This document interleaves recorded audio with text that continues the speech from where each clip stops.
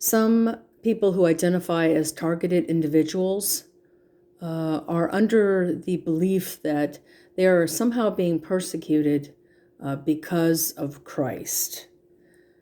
And so I want to take a look at that idea, because that was brewing in me for a long time as well. And from what I've been shown in the Word of God, that assumption that we all make is incorrect. And so I'll show why.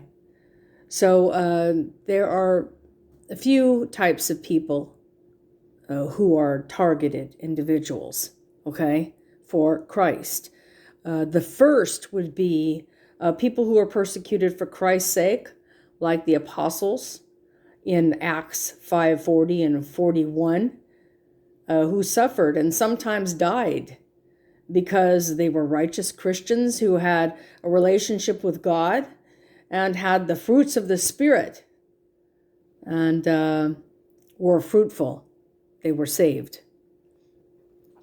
Does that apply to any of the targeted individuals that we know of, or that we were in that experience ourselves? I can say that I was not targeted because, or persecuted because of Christ. I was targeted because I had a wicked sin life, and I had been throwing the doors open and giving access to Satan since I was a teenager in all kinds of ways. And so I had been so blinded in my own misconception of things that I believed I was being, turned over to the reprobate mind. And in the midst of that insanity, I realized at a certain point I was, in over my head, and I turned to Jesus Christ and asked to be delivered out of that experience. And he delivered me. A lot of people think, well, just because they believe in Jesus, that's all we have to do is just believe. But the devils believe and tremble as well. I think Satan knows what this book says, but he doesn't know what it means. And that's most of us as well. Certainly all of us in our old lost lives. This is a daily walk. And if you're not chastised, you're a bastard and not a son. Also, the mouth's a barometer. Out of the abundance of the heart, the mouth speaketh. So these are all things to consider when listening to people who are supposed targets, who are unjustly being persecuted by the bad people in this world. I would say the harassers are getting harassed. And that's certainly what happened to me. But, until we do the first step of accepting Jeremiah 17:9, the heart is deceitful above all things and desperately wicked. Who can know it? I certainly didn't know it. And then when I heard that, I went into denial, and it didn't apply to me. And so unless we accept the condition that mankind is in, us particularly, if we're past the age of accountability, then we are all guilty. We have all sinned and fallen short of the glory of God. So I asked Christ several questions about what that experience was, because I was still confused about what happened. And I asked him if he would be so gracious as to show me a few more things so that I might understand. And he took me to passages in Matthew about the parables of first the sower and then the wheat and the tares. And when I first initially read them, it was like a awakening from, a dream. You slowly have this dawning. As you read and reread them, you get more understanding. And so I think it's important to share with people some of these ideas so that they can also take an honest look at themselves. We have to get honest about our sin lives. If we cannot accept the truth about ourselves, how can we ever expect to accept the truth of God? You just can't get past that part. And I think that's another reason why the world has this mantra, we're all precious adoptees somehow, that are so tender from all of these tragedies and traumas that we just can't handle the truth about ourselves or anything else. And so we're going to fake it till we make it, and we're amazing and wonderful just the way we are. We don't have to change, in this kind of bumper sticker stuff. We all accept it and believe it, and it's just not true. So we have to, God repented of even making man by Genesis 6:5 and wanted to wipe everybody out. And Moses interceded and used basically the divinity of God in the argument. So anyways, we have to get honest about what we are and who we are if we're going to get through the valley with him. And denying is not going to get you anywhere. So, okay, so just taking a look, I made some notes so that I could make some notes in the margin as I got more and more understanding of this. So Christ is the sower. He is who draws us.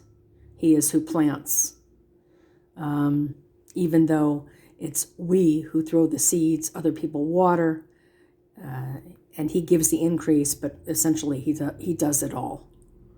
Okay? So as believers, he works through us to spread the gospel, his gospel. And so just taking a look at the four verses about the actual parables, and these are four categories of people, is how I saw it, how I read it. So when anyone heareth the word of the kingdom and understandeth it not, so these folks can't even comprehend that they need God, or need, sometimes they don't even believe. There's just this atheist spirit going on too. They're their own gods, and so they don't even comprehend a need for him. And to those folks, for the preaching of the cross is to them that perish foolishness. They just can't take it in. And so then cometh the wicked one, of course, that's Satan, and catcheth away. I saw that as just stealing it before it ever gets anywhere. He was a murderer and a robber right from the beginning. That which was sown in his heart, there wasn't much sown in this person's heart, so there wasn't much to lose, was there? We're just unaware of what's in our hearts most of the time. This is he which received seed by the wayside. Now that's also a reference to Matthew 13:4, the fowls that devoured the seed that fell by the wayside. So the birds ended up eating that seed. So it was profitable for them, but not for the man. That's the first category of person. Second category of person is, but he that received the seed into stony places. They've got these hardened hearts, kind of like Pharaoh. And people today, the seared conscience of the New Agers and the burn your bra ladies still are out there. The women's libbers. It's a type of mentality, especially here in California. The same is he that heareth the word and hastily, anon, with joy, receiveth it. Now this I keep seeing again and again with some of these targeted folks, this mania, the manic. First you gobble it up, then you throw it up kind of people. And that's what it seems to be with a lot of them. So they're quick to accept and quick to reject. So he hath, yet hath he not root in himself, and they seem to be impulsive folks. Any which way the wind blows kind of people. They're here, they're gone, they're down the road, onto something else. There's something better, they're gone.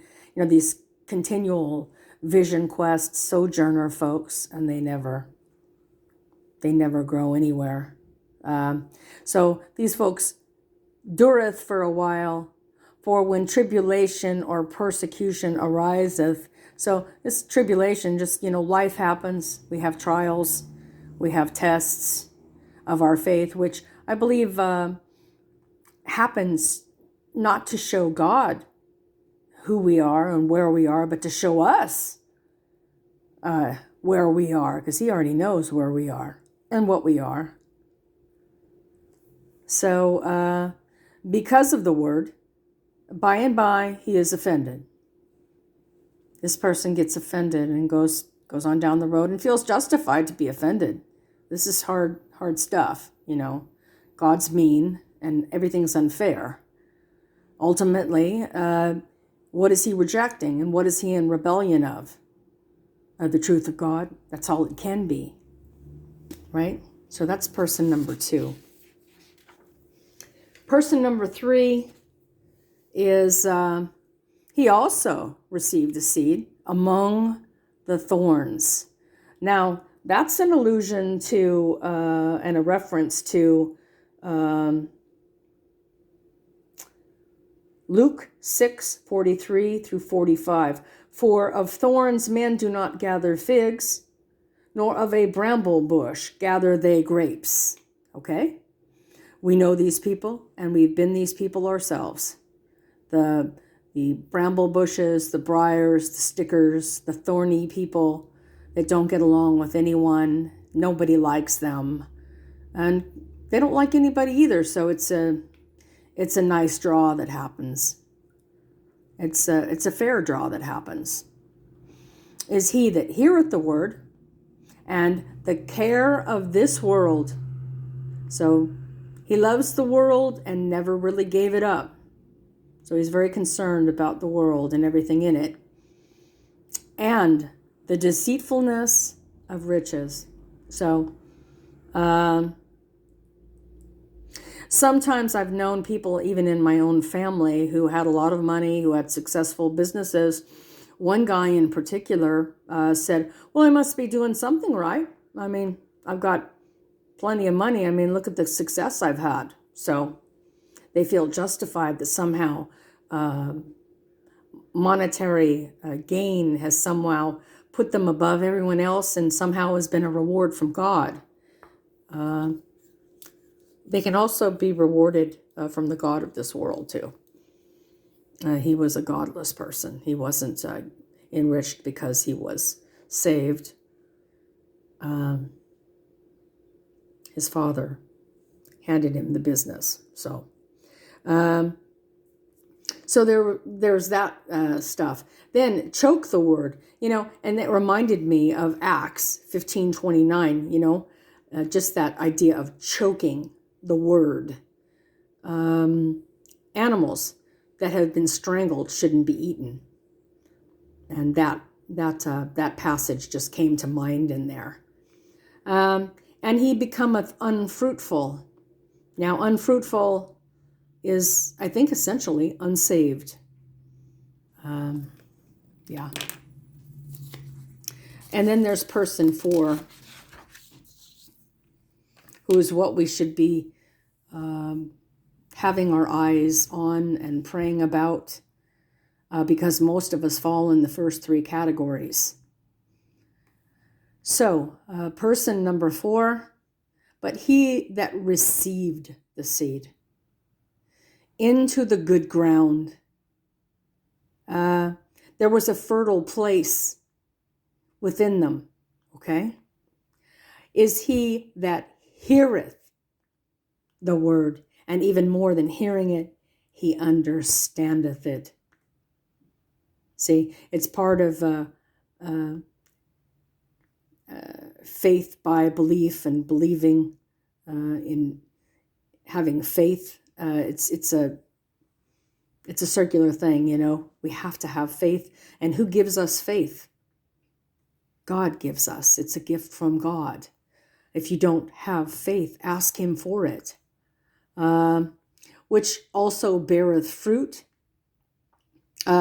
So people's lives who are fruitful for God have become a testimony and a glory, not for themselves, but him. Not how much did they endure, how much did they take, how resilient were they. Boy, they were tough to get through all that. Has nothing to do with that in the end. If we glory in anything, it's what we know of him. And that's so true, you know. We take credit for these things. Yeah, I really got through a lot. I went through a lot. Who hasn't? Everyone has been through very traumatic, trying things. Everyone has. And realizing that we get through them through him and with him, or else we just become neurotic examples of what not to be. So, but look, the people who beareth fruit, they do it and they bring it forth. Some hundredfold, some 60, some 30. So in varying degrees, there is fruit from this life, from this person that can be used. And so if you are identifying at this time as a targeted individual,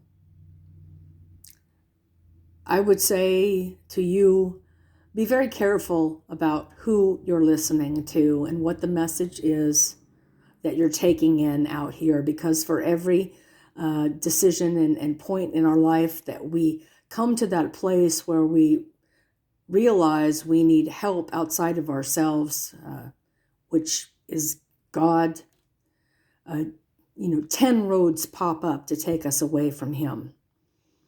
And so you have a lot of these delusional people still out there saying they're being persecuted for Christ's sake, and yet they're ungodly. They're being persecuted for their own sake, for their own sin lives. Don't get confused, and it's easy. I did too. I was being persecuted for because I believed in him. Well, believing in him wasn't enough. From my childhood, I believed in him, yes. But I hadn't turned to him and asked him, to take a hold of me in my life and redeem me out of that. I didn't accept him as my Lord and personal Savior. I didn't accept the gospel that he died for my sins, was dead, buried, rose again on the third day and conquered death for every man. I didn't accept any of that stuff. I just believed in Jesus. I had hippie Jesus, liberal Jesus, who, just accepted anything I did. Everything I did was right. And there were no rules. And that's completely wrong. That's some kind of strange liberal creation that the world has made up. That's not the God of this book. That's not the God who speaks in these red letters to us and tells us these things. So you need to understand, who is it that you're believing out there? If you're a targeted individual, you're being targeted because of your sin life and the choices that you made. And it's piled up so badly. And we got so lost, in fact, we didn't realize we were even lost. But the good part is, let's just say you realize in this that, wow, I'm a thorn. I'm a bramble bush, and I don't want to be. Are we stuck there? Are we ever stuck there? Okay, Isaiah 55:13. Instead of the thorn shall come up the fir tree.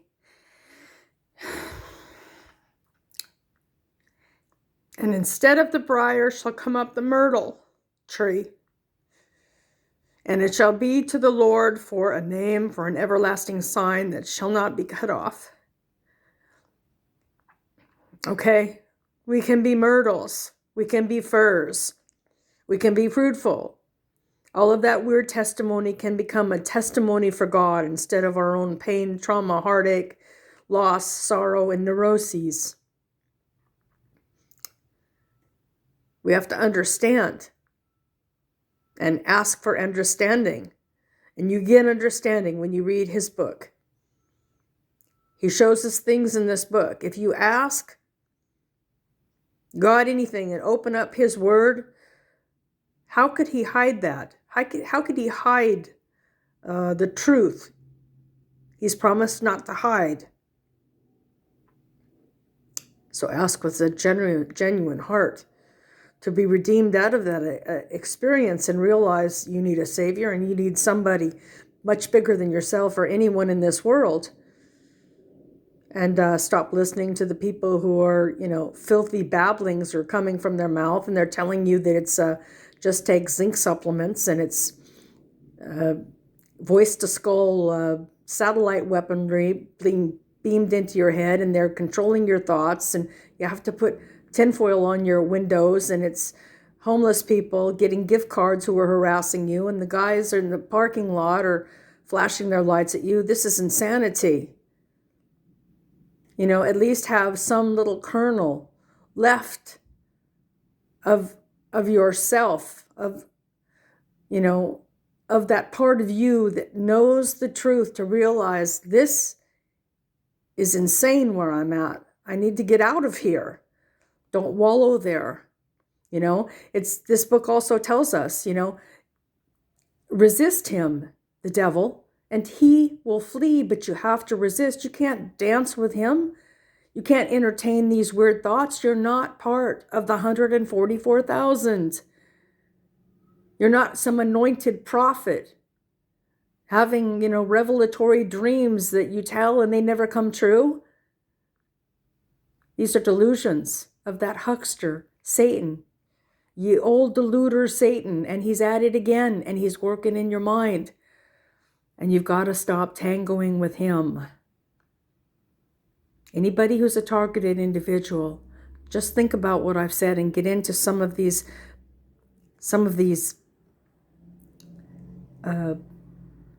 passages yourself and read them and ask for understanding. We're going to let God, Jesus Christ himself, define it.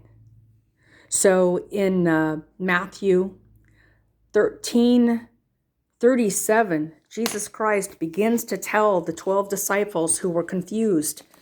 And after everyone else went away, they just said, what does all this mean?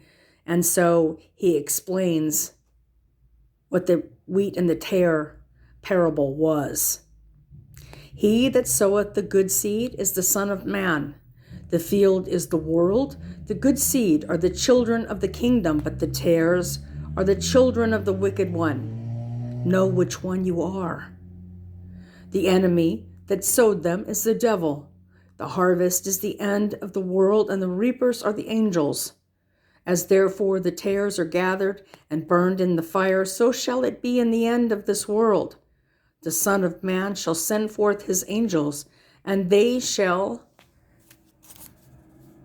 gather out of his kingdom all things that offend, and them which do iniquity, and shall cast them into the furnace of fire. There shall be wailing and gnashing of teeth, but there already is. TIs don't have any peace. Do you know any that have any peace? Then shall the righteous shine forth as the sun in the kingdom of their Father. Who hath ears to hear, let him hear.